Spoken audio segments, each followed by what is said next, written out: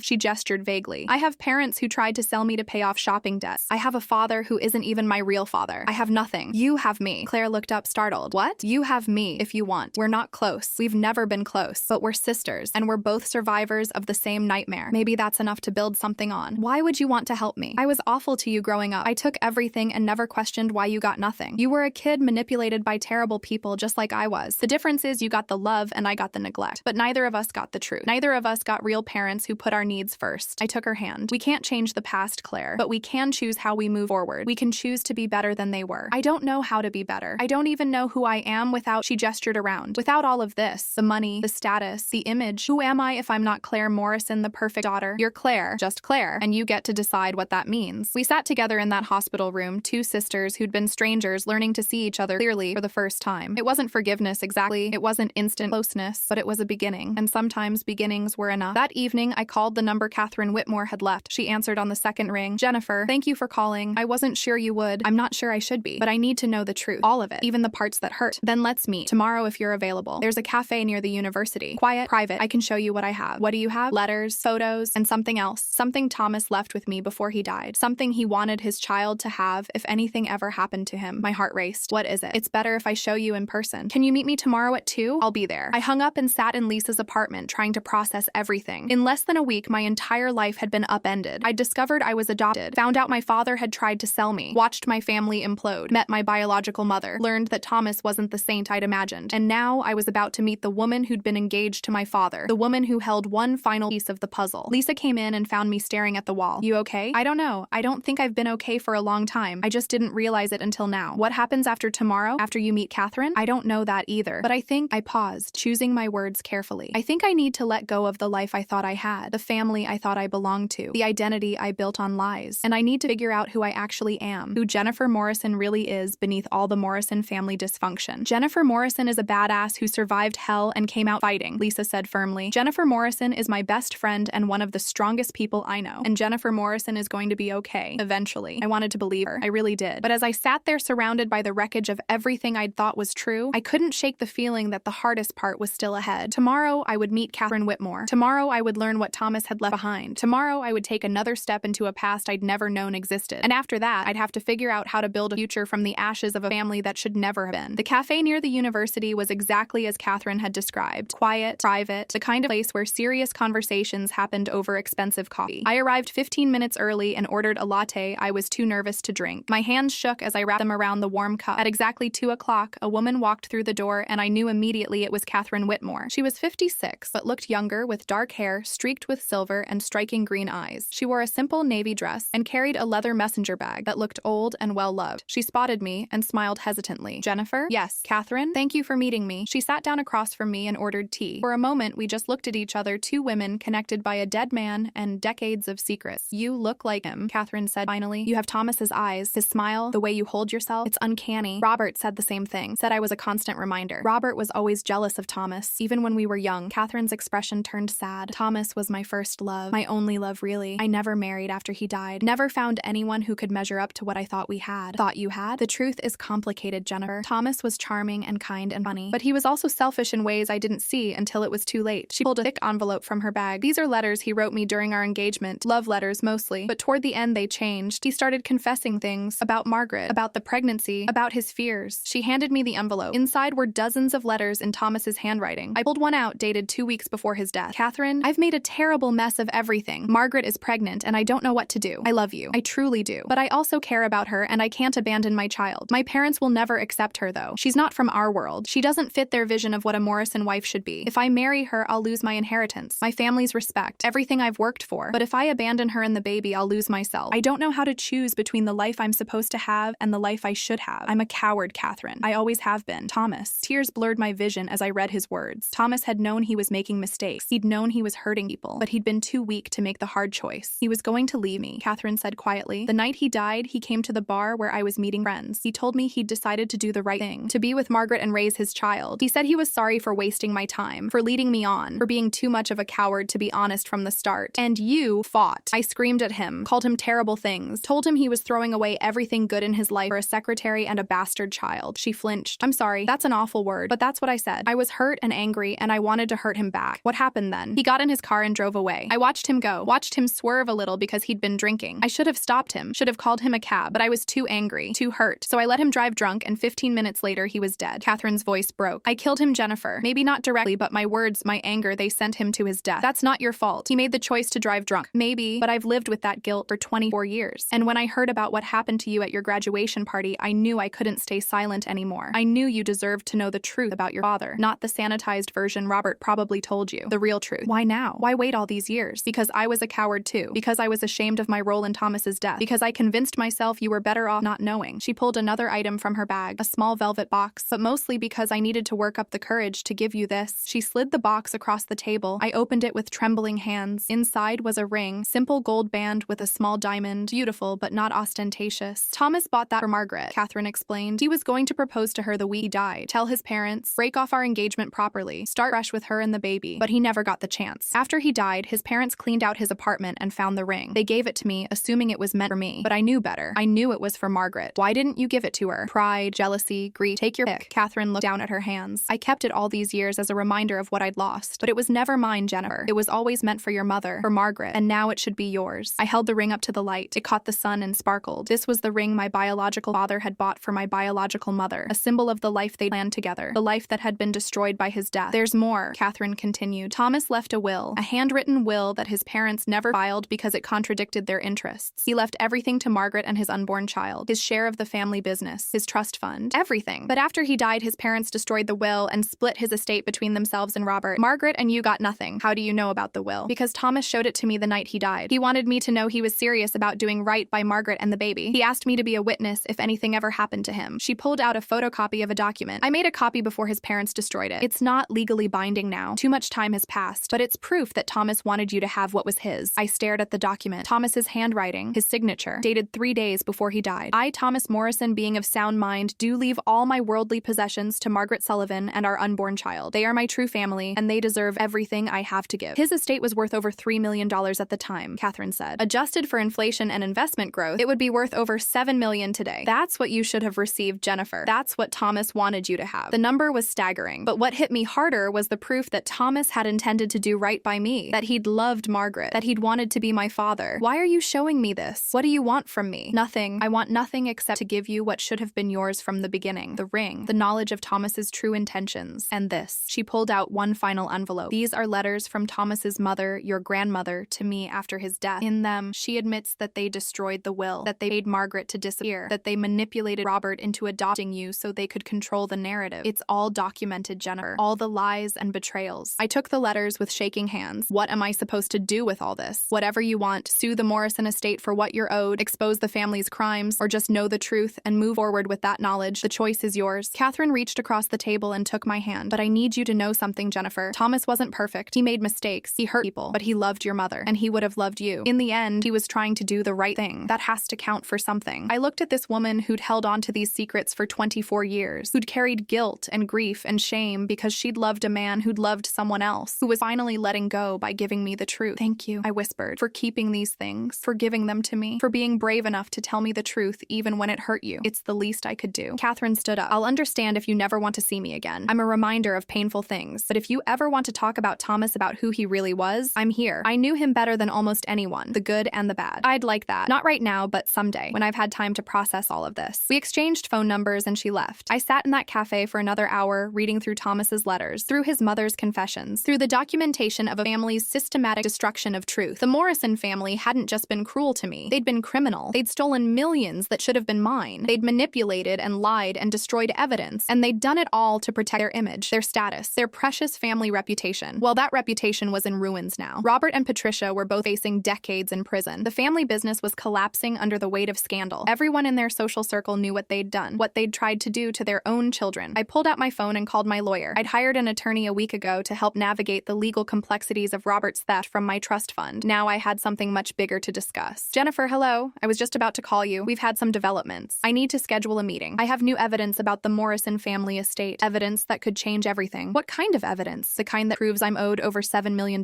There was a pause. I'll clear my schedule. Can you come in today? I'll be there in an hour. I hung up and gathered all the documents Catherine had given me. Then I called Margaret. Jenny, is everything okay? I just met Catherine Whitmore, Thomas's fiancée. She gave me some things. Letters, documents, proof that your trust fund wasn't the only thing the Morrisons stole from us. What do you mean? Thomas left a will. He left everything to you and me, but his parents destroyed it and took the money themselves. We're owed millions, Margaret, and I'm going to make sure we get every penny. Margaret was quiet for a long moment. Are you sure you want to do this? Going after the Morrison estate, it's going to be a fight. It's going to drag up everything again. Make all of this public. It's already public. Robert and Patricia destroyed any chance of keeping this quiet when they tried to sell their children to traffickers. Now I'm going to finish what they started. I'm going to burn the Morrison legacy to the ground and build something better from the ashes. Then I'm with you, whatever you need. I need you to come with me to meet with my lawyer. You're part of this, Margaret. Thomas left that money to both of us. You deserve to finally get what he wanted you to have. We met at the lawyer's office an hour later. Jonathan Pierce was in his 50s, sharp-eyed and aggressive. Exactly what I needed. Miss Morrison, Miss Sullivan, come in, please. He gestured to chairs in his office. Now show me what you've got. I laid out everything. Thomas's will, the grandmother's letters, Catherine's testimony, the documentation of the destroyed estate. Pierce read through it all, his expression growing more intense with each page. This is extraordinary, he said finally. If we can authenticate these documents, we have grounds for a massive lawsuit against the Morrison estate. We're talking fraud, theft, conspiracy, and the statute of limitations doesn't apply because you only recently discovered the crime. Can we win? With evidence this solid? Absolutely. The Morrisons destroyed a legal will and stole millions from you and your mother. That's not a gray area. That's black and white theft. He leaned forward. But I need to warn you, this is going to get ugly. The family will fight back. They'll drag you through the media. They'll make accusations. Are you prepared for that? The Morrisons already tried to sell me to sex traffickers. I think I can handle bad publicity. Pierce smiled grimly. Then let's destroy them. Over the next 2 weeks, we built our case. Catherine provided sworn testimony about the will. We tracked down Thomas's old law school roommate who confirmed he'd witnessed Thomas signing the will. We obtained bank records showing how the Morrison family had systematically drained Thomas's estate after his death. The evidence was overwhelming, but what made our case truly devastating was the public support. The story of what Robert and Patricia had done to their daughters had gone viral. People were outraged. The Morrison family had become symbols of everything wrong with wealthy families who valued money over their own children. When we filed the lawsuit, it made national news. Trafficking victim sues adoptive family for stolen inheritance, read the headlines. The Morrison family's lawyer tried to fight it, but they had no defense. The evidence was too solid. The public opinion too strongly against them. Claire called me the day the lawsuit was filed. Are you really doing this? Going after the family estate? Yes, that money was stolen from Margaret and me. We're taking it back. What about me? If you bankrupt the estate, I get nothing. The house, the trust fund, everything disappears. You were never going to get that money anyway, Claire. Robert and Patricia already drained everything scrambling to pay their debts. There's nothing left except what they stole from Thomas's will. She was quiet for a moment. You're right. I know you're right. It's just hard, watching everything I thought was mine disappear. I know, but maybe that's not entirely bad. Maybe starting fresh without the Morrison money is exactly what you need. Maybe. She sighed. For what it's worth, I'm glad you're doing this. Mom and Dad don't deserve to keep anything. They deserve to lose everything the way they made us lose everything. 3 weeks after filing the lawsuit, Robert and Patricia's lawyer contacted Jonathan Pierce with a settlement offer. They would sign over what remained of Thomas's estate, approximately $4.2 million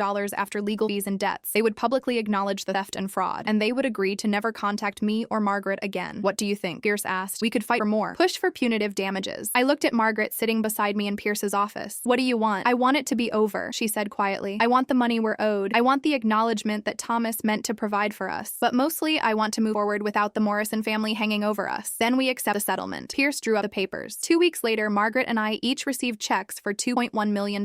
It wasn't the full $7 million we would have been owed if the estate had been properly managed, but it was substantial, life-changing, and more importantly, it came with a public statement from the Morrison family lawyer acknowledging their decades of theft and fraud. The money changed things. Margaret was able to quit her job and finally pursue the nursing degree she'd always dreamed of. I paid off my medical school debt and set up a charitable foundation to help trafficking victims rebuild their lives. Claire used her portion of what little remained in the Morrison accounts to go back to school and study social work. We were rebuilding, all of us, creating new lives from the wreckage of the old ones. 6 months after the lawsuit settled, I stood in Margaret's small house helping her pack. She was moving to a larger place closer to the university where she'd been accepted into the nursing program. I still can't believe this is happening, she said, folding clothes into boxes. For 24 years, I've been struggling just to survive. Now I get to actually live, to pursue dreams I'd given up on. You deserve it. You deserved it all along. She stopped packing and looked at me. I need to say something, Jenny. Something I should have said months ago. I'm sorry. I'm so sorry I gave you up. I'm sorry I wasn't stronger. I'm sorry I let the Morrisons control everything. I'm sorry I didn't fight harder to be part of your life. You were young and scared and doing the best you could. That doesn't make it okay. I abandoned you. I let you grow up with people who hurt you. I took their money and disappeared. That was wrong. You also saved for years to give me an inheritance. You wrote me 300 letters. You watched over me even when you couldn't be with me. That counts for something, does it? Because from where I'm standing, I was a coward who chose money over her own child. I set down the box I was holding and faced her. You were a 24-year-old woman who'd lost the man she loved, who had no family support and no resources, who was offered a contract that promised her child would have a better life than she could provide. You made the best decision you could with the information you had. That's not cowardice. That's survival. You're more forgiving than I deserve. Maybe. Or maybe I just understand that people are complicated, that we all make choices we regret, that the measure of a person isn't whether they mess up, but what they do after. I took her hand. You're here now, Margaret. You're in my life now. That's what matters. She pulled me into a hug and we stood there in that small house holding each other. Mother and daughter reunited after 24 years. It wasn't perfect. It wasn't a fairy tale ending, but it was real, and real was enough. That evening, I met Claire for dinner at a casual restaurant far from the country club circuit our parents had traveled. She looked different, simpler. She wore jeans and a sweater instead of designer clothes. Her hair was pulled back in a ponytail. She looked more like herself than I'd ever seen her. I start classes next week, she said over pasta. Social work with a focus on helping abuse victims. It feels right, you know? Like maybe I can use what happened to us to help other people. That's amazing, Claire. I'm scared though. What if I'm not cut out for it? What if I'm too damaged from everything that happened? Everyone in social work is damaged, Claire. That's what makes them good at it. They understand what it's like to hurt. She smiled. When did you get so wise? Trauma ages you fast. We laughed and it felt good, natural. Like maybe we really could build a sisterhood from the ruins of our childhood. Have you heard anything from Mom or Dad? Claire asked. No. The settlement included a no contact clause. They're not allowed to reach out to me, Margaret, or you. Good. I don't want to see them. Not after everything. She pushed her food around her plate. Do you think they ever really loved us? Either of us? I think they loved the idea of us. The image of a perfect family. But actually loving us as real people with needs and feelings? No. I don't think they were capable of that. That's sad. It is. But it's also freeing. Now we get to choose our own family. We get to surround ourselves with people who actually care about us. Like each other? Yeah, like each other. We finished dinner and walked through the city streets. It was a beautiful evening, warm with the promise of spring. New beginnings, fresh starts. My phone buzzed with a text from Lisa. Dinner tomorrow? I want to hear about Margaret's move. I smiled and texted back confirmation. I had a life now. Real friends, real relationships built on honesty instead of lies. What are you smiling about? Claire asked. Everything. Nothing. The fact that we survived. The fact that we're here walking around living our lives despite everything they tried to do to us. We did survive, didn't we? We actually made it through. We did. And now we get to figure out what comes next. What came next turned out to be better than I could have imagined. My residency continued. I specialized in emergency medicine, drawn to the adrenaline and the constant challenge. Margaret thrived in nursing school, making friends and discovering a passion for pediatric care. Claire excelled in her social work program, finding purpose in helping others who'd survived family trauma. The Morrison name became synonymous with scandal and betrayal. Robert and Patricia were both convicted and sentenced to lengthy prison terms. The family business collapsed. The country club memberships were revoked. Everything they'd built on lies crumbled exactly as it should have. And us? We built something new, something honest, something that didn't require lies or manipulation, or the sacrifice of our dignity to maintain. We built a family, not the one we were born into, but the one we chose. Margaret and Claire and me. 3 women who'd survived the same monsters. 3 women who'd decided that survival wasn't enough. We wanted to thrive, and slowly, painfully, beautifully we did. 2 years after my graduation party, I stood in the auditorium at Riverside University watching Margaret walk across the stage to receive her nursing degree. She was 54 years old and glowing with pride. When they called her name, I stood up and cheered so loudly that people turned to stare. I didn't care. This was my mother finally achieving a dream she'd deferred for decades. After the ceremony, Margaret found me in the crowd and pulled me into a fierce hug. I did it. I actually did it. You did. I'm so proud of you. Claire appeared beside us wearing her own professional clothes. She'd graduated with her social work degree 6 months earlier and was now working at a nonprofit helping young women escape abusive family situations. Group photo, she insisted, pulling out her phone. We posed together, 3 women linked by blood and trauma and the choice to heal. The photo Claire posted later showed us smiling, genuinely happy. Nothing like the stiff-posed photos from the country club days. This was real. Lunch to celebrate? I suggested. Actually, I have somewhere I need to be first, Margaret said. Something I've been putting off for too long. Will you come with me? An hour later, we stood in Riverside Cemetery in front of a simple headstone. Thomas Morrison, beloved son and brother. The inscription was generic, impersonal. It said nothing about who Thomas really was. I haven't been here since his funeral, Margaret said quietly. I was too scared, too ashamed. Robert had warned me to stay away, said I had no right to grieve publicly for a man who wasn't really mine, but he was yours. For a brief time, yes. We had 6 months together. 6 months of happiness before everything went wrong. She knelt and placed flowers on the grave. I need to tell him something I should have said 24 years ago. I stepped back, giving her privacy. I watched her lips move, speaking words meant only for Thomas. When she finally stood, tears streaked her face, but her expression was peaceful. What did you say? I asked as we walked back to the car. I told him about you, about the woman you've become, about how proud he would be, and I told him I forgive him for the mistakes, for the weakness, for leaving us before he could make things right. She wiped her eyes. And I told him I finally forgive myself too, for giving you up, for not fighting harder, for all the years I let fear control me. That's beautiful. It's overdue, but sometimes overdue is better than never. We met Claire at her favorite restaurant, a place that specialized in comfort food and had zero pretension. Over burgers and fries, we talked about our lives. Margaret's plans to work in the pediatric unit at Mercy Hospital. Claire's new client who reminded her of herself at that age. My upcoming promotion to senior resident. I got a letter from Mom yesterday, Claire said suddenly. From prison. She wants to see me. Says she's sorry. Says she's changed. Margaret and I exchanged glances. What are you going to do? I asked. Nothing. I'm not responding. I'm not visiting. I'm done with her. Claire's voice was firm. She had 27 years to be my mother. 27 years to choose me over her own selfish needs. She failed. I'm not giving her another chance just because she's finally facing consequences. That's your right, Margaret said gently. But if you ever change your mind, we'll support you. Whatever you decide. I won't change my mind. Some things can't be forgiven. Trying to sell your own daughter to traffickers is one of them. Claire looked at me. Have you heard from either of them? No. Robert writes to his lawyer occasionally asking if I'll visit him. I always say no. I have nothing to say to him. Good. They don't deserve your forgiveness. They don't deserve anything from us. We finished lunch and went our separate ways. I drove back to my apartment, the one I'd moved into after leaving Lisa's place. It was small, but mine, filled with things I'd chosen. Photos of people who actually loved me. Books I wanted to read. Furniture that suited my taste, not someone else's vision of what I should like. My phone rang as I was unlocking the door. Detective Chen. Miss Morrison, I wanted to update you. Victor Kozlov was sentenced today. Life in prison without possibility of parole. The judge specifically mentioned your case in the sentencing. Said that Kozlov's attempt to target you and your sister demonstrated the predatory nature of his operation. Relief flooded through me. Thank you for letting me know. There's more. Because of the evidence your father provided, we've been able to shut down 17 trafficking operations across 6 states. We've recovered 43 women and girls. Some of them had been missing for years. Their families had given up hope. Your father's testimony saved them. I didn't know how to feel about that. Robert Morrison had done something good, but only after doing something unspeakably evil. Did the good cancel out the bad? Could a person be both a monster and a savior? I'm glad those women are safe, I said finally. But that doesn't make what he tried to do to me okay. I know. I wasn't suggesting it did. I just thought you should know that some good came from all of this. Sometimes that helps with the healing. After we hung up, I sat on my couch thinking about healing. Was I healed? 2 years later, did the scars still hurt? Yes and no. The betrayal still stung when I let myself think about it too deeply. The knowledge that my father had been willing to sell me still occasionally woke me in the middle of the night gasping. But those moments were becoming rarer. The good days outnumbered the bad ones now. I'd started dating someone. Eric, a fellow resident who knew my whole story and didn't run away screaming. He was kind and patient and understood when I needed space. It was the healthiest relationship I'd ever had. My phone buzzed with a text from him. Dinner tonight? There's something I want to ask you. I smiled and texted back yes. Whatever he wanted to ask, I was ready to hear it. Ready to keep moving forward into a future that wasn't defined by my past. That evening over Thai food, Eric reached across the table and took my hand. I've been thinking about something. About us. About the future. My heart raced. Okay. I know we've only been dating for 8 months. I know you've been through hell and you're still healing. smiling. But I need you to know something, Jenny. I love you. Not despite your past, but including it. Everything you've survived, everything you've overcome, it's made you who you are. And who you are is extraordinary. Tears filled my eyes. Eric, I'm not asking you to marry me. Not yet. We're not ready for that. But I am asking if you see a future with me. If you can imagine building something together. Because I can. I can imagine all of it. And I wanted you to know. I looked at this man who'd seen me at my worst and chose to stay anyway. Who'd held me when I cried about my parents' trial. Who'd celebrated with me when the settlement came through. Who'd met Margaret and Claire and welcomed them as part of my life without hesitation. I can imagine it too. I said, a future with you. A real future built on honesty and trust and actually caring about each other. Yes, I want that. He grinned and kissed me across the table. Good, because I was really hoping you'd say yes. We spent the rest of dinner talking about possibilities. Maybe moving in together next year. Maybe traveling somewhere neither of us had been. Maybe adopting a dog. Small, ordinary plans that felt revolutionary to someone who'd spent so long just trying to survive. On my way home, I stopped by Margaret's new apartment. She was unpacking boxes, preparing for her first day at Mercy Hospital next week. How was dinner with Eric? She asked. Good, really good. He told me he loves me. Margaret's face lit up. And what did you say? I said I love him too. And I do. It's different from anything I felt before. It's not desperate or needy. It's just peaceful, like coming home. That's how it should be. That's how it was with Thomas before everything got complicated. She set down the box she was holding. Jenny, I need to tell you something. Something I've been thinking about since graduation. What? I want to change my last name. I've been Margaret Sullivan for 54 years, but Sullivan was my ex-husband's name, a man I divorced 30 years ago. It's not really mine. So I was